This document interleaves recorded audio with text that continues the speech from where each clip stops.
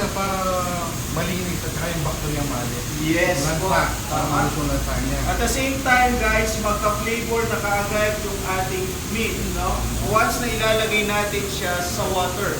Okay, kagaya ng sinabi ni Jake, no, kailangan linisin, i-rub ng asin, tapos ilalagay siya sa stock pot with water. Kasi pag hindi mo siya nilagyan ng asin, may dugo-dugo pa to. So pag rinambo siya ng asin, matatanggal yung dugo. Okay na. Yun o. Tapos, ito yung pot natin. Gagalgal niya ba yan, ha? Ito natin.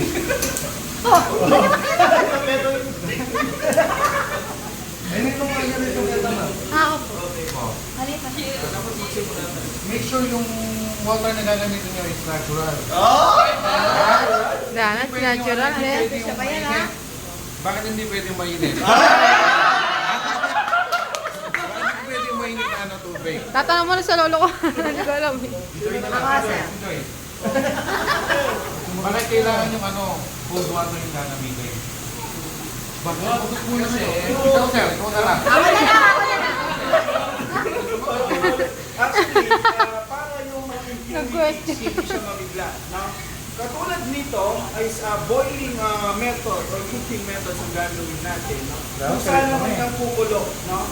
Kaya nilalagay natin. Lagay na sir, oh. Lagay ko na.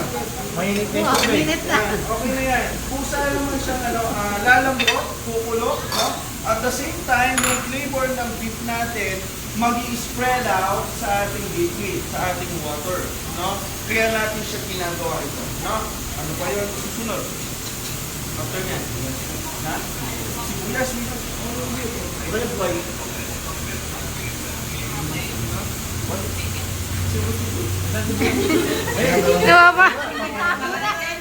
Nababa English si sir eh. Nabaliktad yata, sir.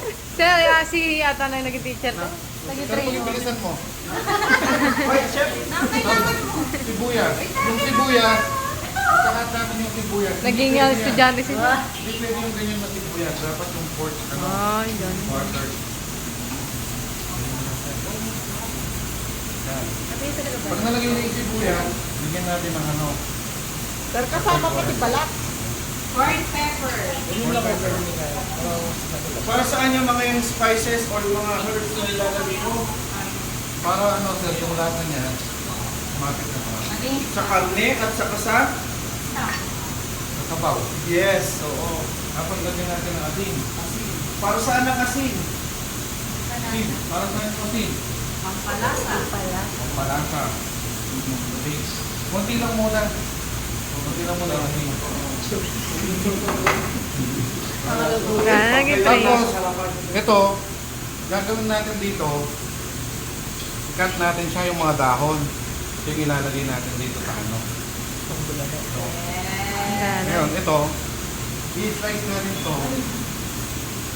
Ang tawag dito sir? Leeks. Yung leeks, onion leeks. Pag ano, pag luto na, ikakat natin siya ng maliit. And then, i-tatap natin siya pag ito yung ano. Tawag sa staff. Ang garnish mo.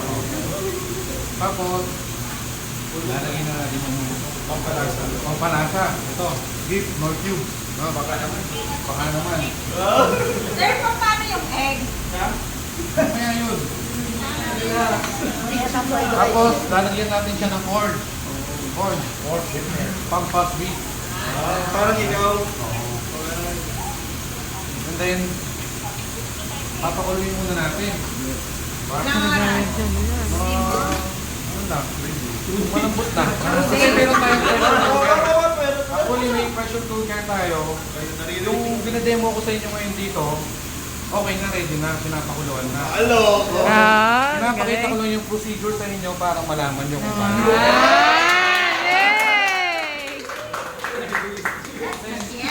Habang pinapakuluan natin, imbes na maghintay tayo ng oras na nakatunga nga lang, muna tayo ng fried rice. Galing. Diba?